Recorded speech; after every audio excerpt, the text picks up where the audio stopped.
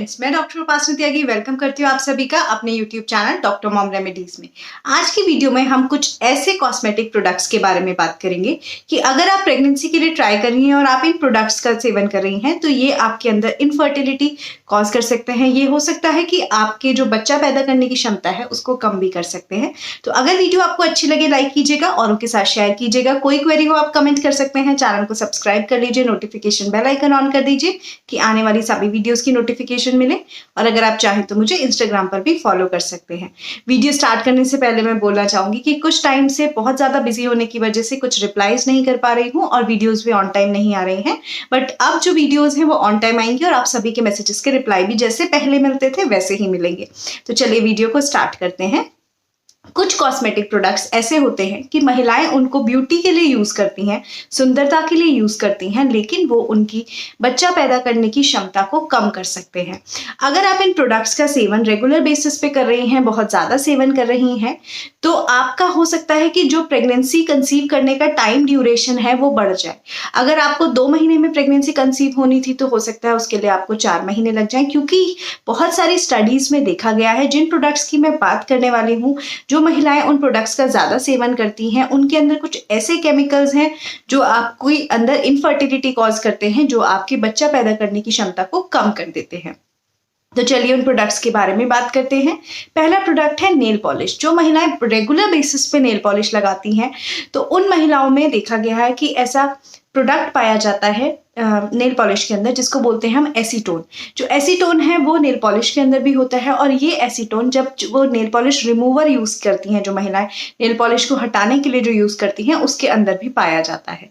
ये एसीटोन जो है बहुत हार्मफुल होता है। इसके फ्यूम्स होते हैं, जब आप उसको इनहेल करते हैं, मतलब वो सूंघते हैं, वो आपके अंदर जाते हैं तो वो आपके जो इम्प्लांटेशन का प्रोसेस है उसको खराब कर देते हैं, वो सही तरह से नहीं होने देते हैं। तो ऐसा नहीं है कि महिलाएं अगर नेल पॉलिश लगा रही हैं तो उनके अंदर ये प्रॉब्लम आ जाएगी, लेकिन अगर महिलाएं रेगुलर बेसिस पे नेल पॉलिश हर टाइम लगाती हैं, बहुत जल्दी जल्दी उसको रिमूव करती हैं, उन फ्यूम्स को बहुत ज्यादा इनहेल करती हैं, तो हो सकता है कि ये एक कारण हो जिसकी वजह से उनकी इनफर्टिलिटी कॉज हो रही हो और इसकी वजह से जो प्रेगनेंसी जल्दी कंसीव हो सकती थी उसमें टाइम लग सकता है।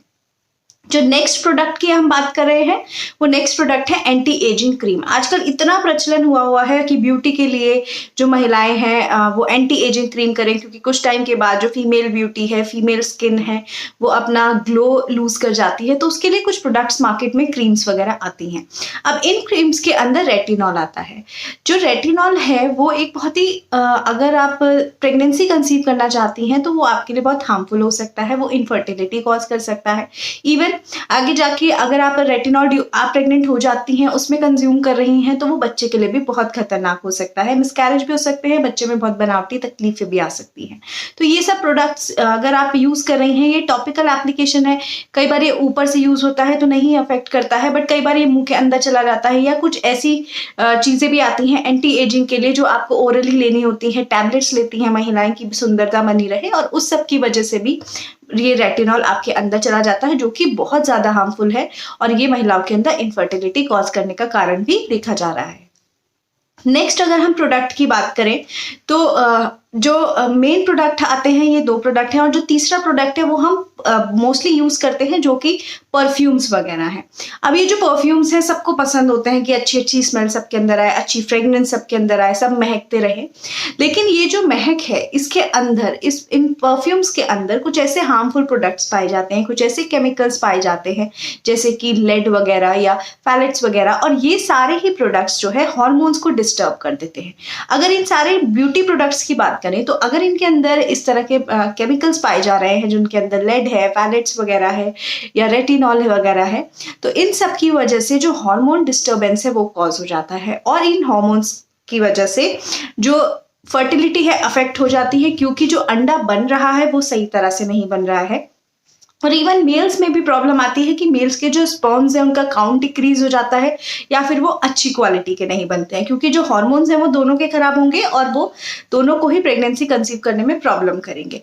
तो अगर आप इन सारे प्रोडक्ट्स का यूज कर रहे हैं, या जो परफ्यूम्स वगैरह है, इवन जो मेल्स बहुत ज्यादा यूज कर रहे हैं, तो मेरी एडवाइस ये है कि आप अगर इस पीरियड में हैं कि आप बेबी के लिए प्लान कर रहे हैं तो इन चीजों को कम कर दीजिए, क्योंकि यू नेवर नो कौन सी चीज हो जो आपको बहुत ज्यादा अफेक्ट कर रही हो, क्योंकि स्टडीज में इनके ऊपर भी इफेक्ट देखा गया है, तो आप इनको ज़रूर अवॉइड कर सकते हैं। ऐसा नहीं है कि जो लोग ये यूज़ कर रहे हैं उनको बच्चे नहीं होते हैं, क्योंकि मोस्ट ऑफ द पीपल इनको यूज़ करते हैं, लेकिन ये फर्टिलिटी को अफेक्ट करते हैं, ये लोगों में इनफर्टिलिटी कॉज करते हैं, और ये जो आपका प्रेग्नेंट होने का समय है उसको ज़रूर बढ़ा देते हैं। कि अगर प्रेगनेंसी जल्दी ठहरने वाली थी तो हो सकता है इन प्रोडक्ट्स के इस्तेमाल की वजह से उसमें टाइम लग रहा हो। तो अगर आप प्रेगनेंसी के लिए ट्राई कर रहे हैं तो एज ए कपल इनमें से जो भी प्रोडक्ट्स आप यूज़ कर रहे हैं उनको थोड़ा कम यूज़ कीजिए और हो सके तो उनको अवॉइड कर दीजिए।